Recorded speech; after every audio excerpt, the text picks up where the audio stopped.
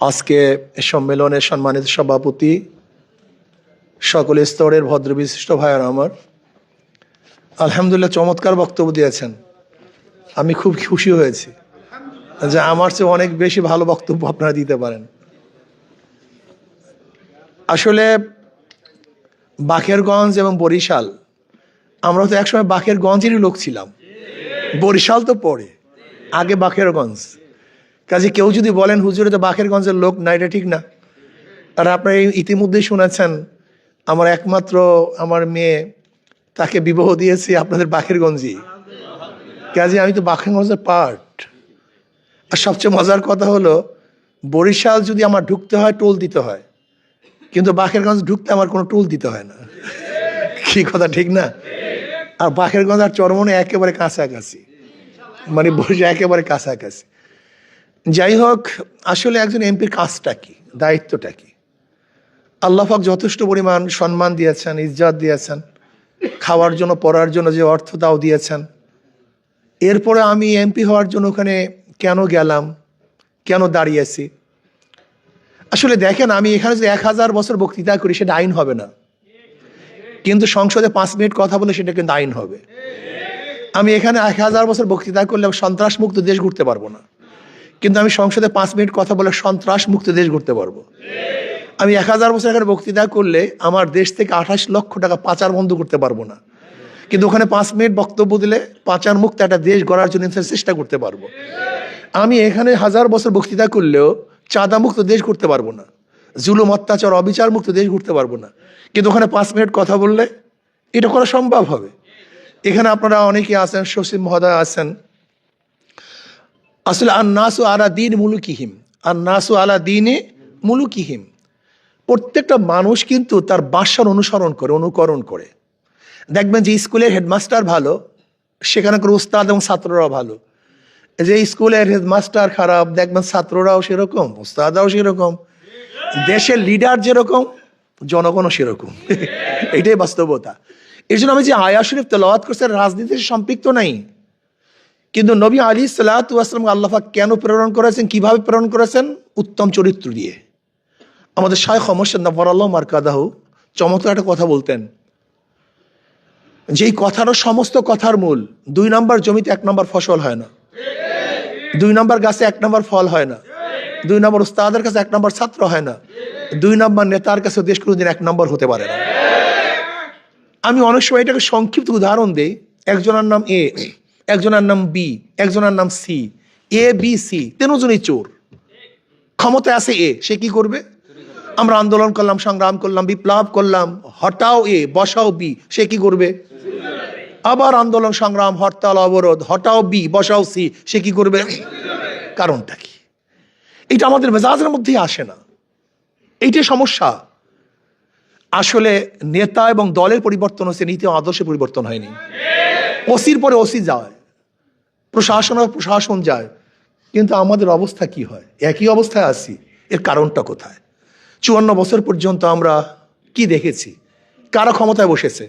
যদি আপনারা বিরক্ত না হন, আমি 2-1 কথা বলবো। আপনাদের খারাপ লাগতে আছে না ভাই? না, অনেক সময় না ভাই, অনেক মানুষ হয়ে গেছে এখানে। সবাই ভদ্র বিশিষ্ট এবং নির্বাচিত লোকদেরকে দাওয়াত দেওয়া হয়েছে এখানে, সবাইকে গড়ে দাওয়াত দেওয়া হয়নি। এ দেশটা কেন স্বাধীন হয়েছিল? 70 নির্বাচন হয়েছিল। সেই 70 নির্বাচনে আওয়ামী লীগ সংখ্যাগরিষ্ঠ সিট পেয়েছিলেন, প্রায় 160টা সিট পেয়েছিলেন। তারা পশ্চিম পাকিস্তান, পূর্ব পাকিস্তানের শাসক হবেন।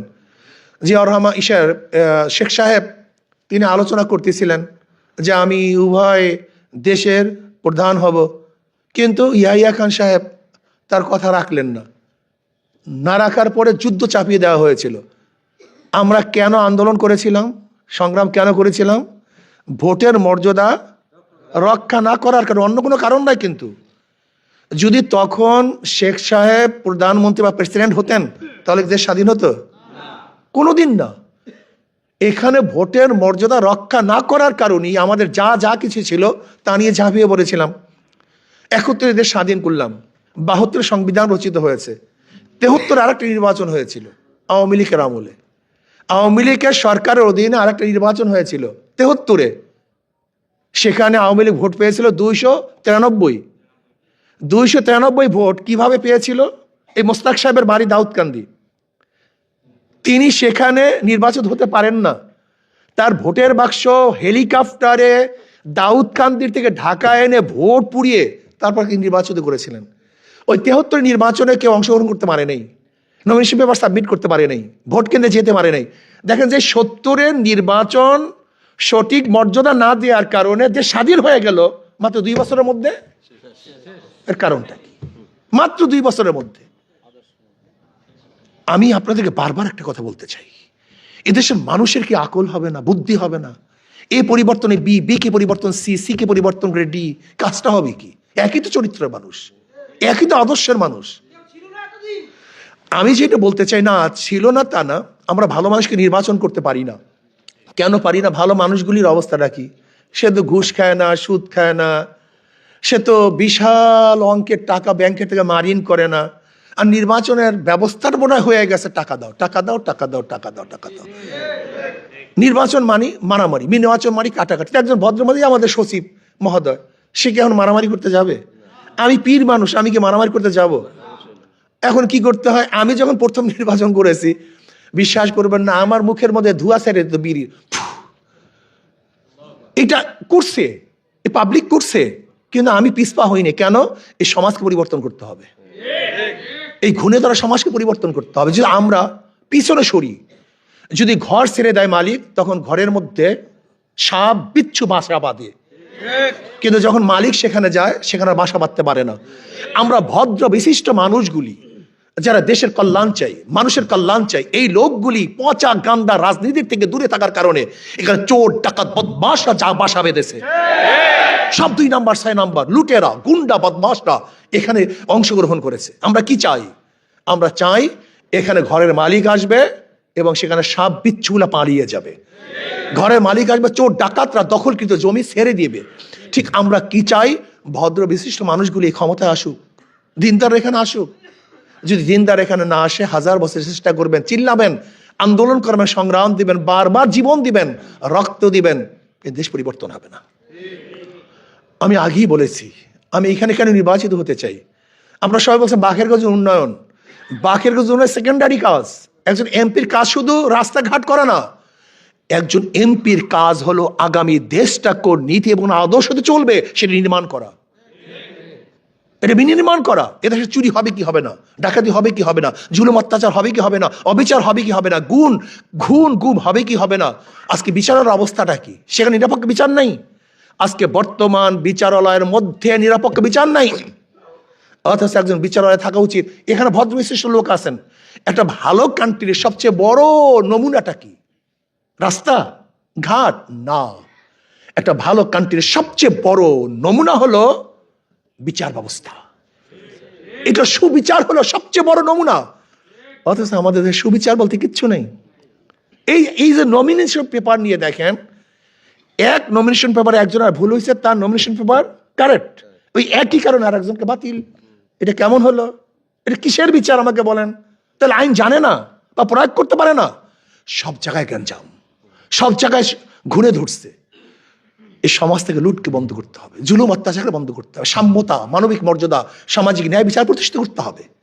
আজকে দেখেন, বিড়ালের সাথে আমরা ছবি তুলতে আনন্দিত হই, লেকিন একজন মেতরের কাঁধে হাত দিয়ে কি আমি ছবি তুলতে পারবো? আমি লজ্জা পাই। বিড়ালকে শ্রদ্ধা সম্মান করেছি, আশরাফুল মাখলুকাতকে, সর্বশ্রেষ্ঠ জীবকে আমি সম্মানই করতে পারিনি। আজকে কেউ কুকুরকে সামনে নিয়ে ছবি প্রকাশ করতে আনন্দিত হই, অথচ একজন কুলি, একজন ঋষির বুকের উপরে বা কাঁধের উপরে হাত দিয়ে আমি ছবি তুলতে পারি না। আজকে কুকুরকে আমার বিছানায় বসাই, কিন্তু আশরাফুল মাখলুকাত একজন শ্রমিককে আমার বিছানায় বসাতে পারি না। আজকে আমি একটা জানোয়ারকে নিজের হাতে খেদমত করি, অথচ আমার ড্রাইভারকে আমার কাছে নিয়ে খানা খেতে পারি না। লজ্জা পাই, লজ্জা পাই। আমাদের কাছে অনেক অফিসাররা যায়, ড্রাইভার নিয়ে যায়। আমি বললাম, ড্রাইভারকে ডাকলেন না? পরে আমি, এইটাই সমস্যা। ইসলাম তো শিক্ষা দেয়নি। নবী আলাইহিস সালাম যখন খানা খেতেন, কে গোলাম আর কে নবী এটা পরিচয় থাকতো না, সবাই একই খানা খেতেন। এই যে বৈষম্য, ব্রিটিশ আমাদের বৈষম্য সৃষ্টি করেছেন। এই বৈষম্য দূর করতে হবে। আশরাফুল মাখলুকাতের মর্যাদা দিতে হবে। ঋষি, কামার, মজদুর, জেলে, তাঁতি, যে যেখানেই থাকুক না কেন, সে একজন মানুষ। আল্লাহ আমাকে ভালো রেখেছেন, কিন্তু ও তো মানুষ, ও আমার মতো ভালো থাকতে পারতো, কিন্তু পরিবেশের কারণে পারেনি। আপনি বিশ্বাস করবেন, এই যে রিক্সা চালায়, এর মধ্যে হাজারো মানুষ বিসিএস ক্যাডার হতে পারতো, কিন্তু সুযোগ পায়নি। এই যে ডক্টর আবুল কালাম, ভারতের প্রেসিডেন্ট, তিনি কে? একজন মাঝির সন্তান, খেয়ালা সন্তান। এই যে আম্বেদকর, বাবাজি আম্বেদকর, সে কে? দলিত বংশ, একেবারে গরিব বংশ, নিচু বংশর। মেধা ছিল, প্রকাশ করার জায়গা পেয়েছে, মেধাবী হয়েছে। আমাদের ইউসুফ রহমতুল্লাহ, ইমাম ইউসুফ রহমতুল্লাহ, সে কে?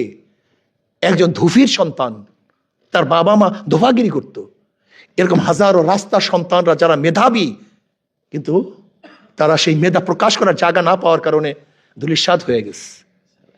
এরকম হাজারো মানুষ দেখেন না, অনেক জেলের সন্তান, কামারের সন্তান ভালো রেজাল্ট করে। আমরা কি চাই?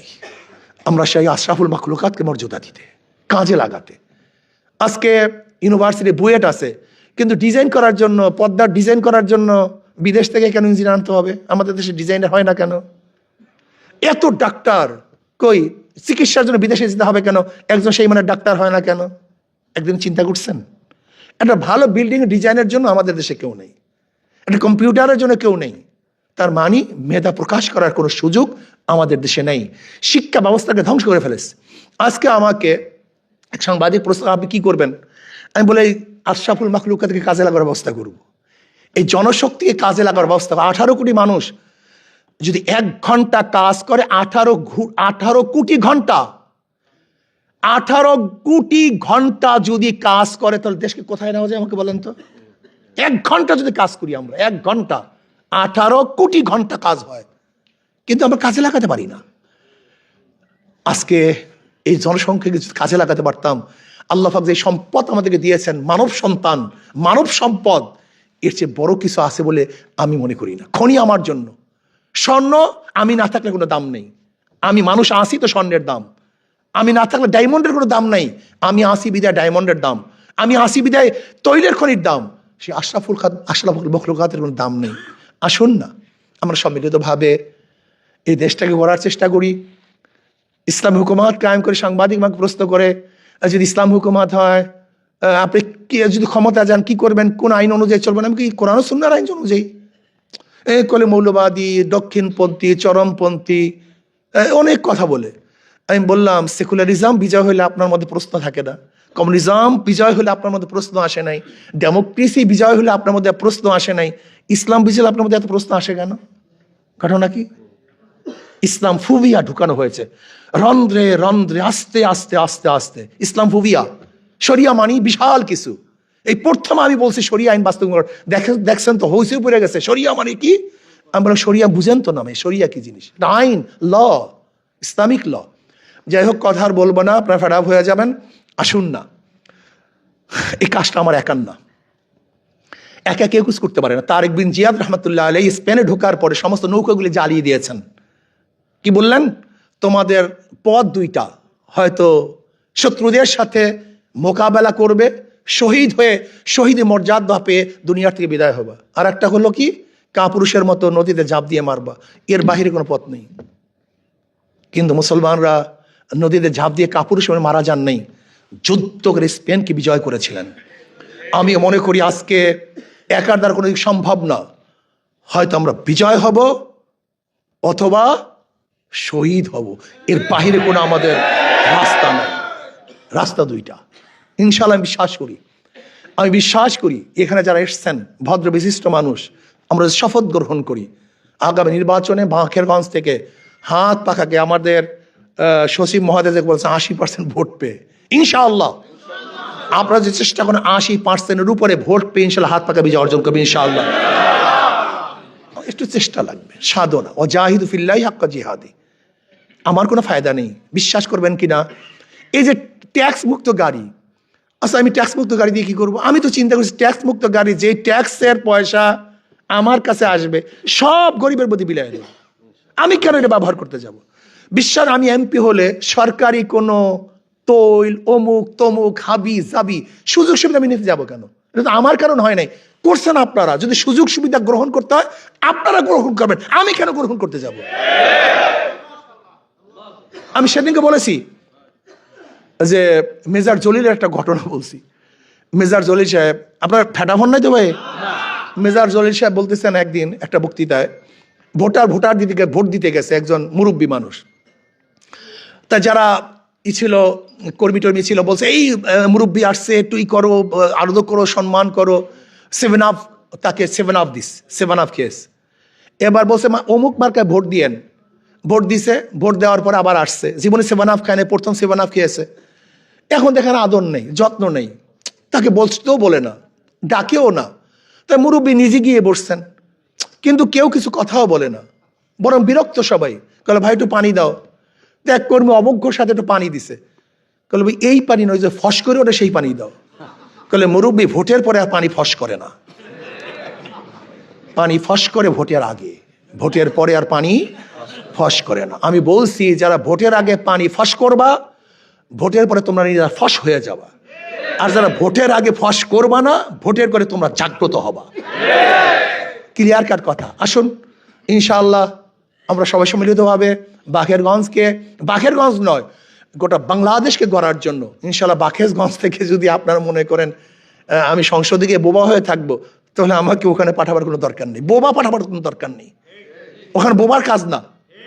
আর যদি মনে করেন না, যদি হুজুরকে সেখানে পাঠাই, কমপক্ষে বোবা হবে না, রয়্যাল বেঙ্গল টাইগার মধ্যে হুঙ্কার মারবে, তাহলে দায়িত্ব শুধু আমার না, আমাদের দায়িত্ব সবার। কাজে আল্লাহ আমাদের সবাইকে ভালো কাজের তাওয়ানুল বিররি ওয়াত তাকওয়া ওয়ালা তাওয়ানুল ইসমি ওয়াল উদওয়ান, ভালো কাজের সাহায্য সহযোগিতা করার তৌফিক দান করেন।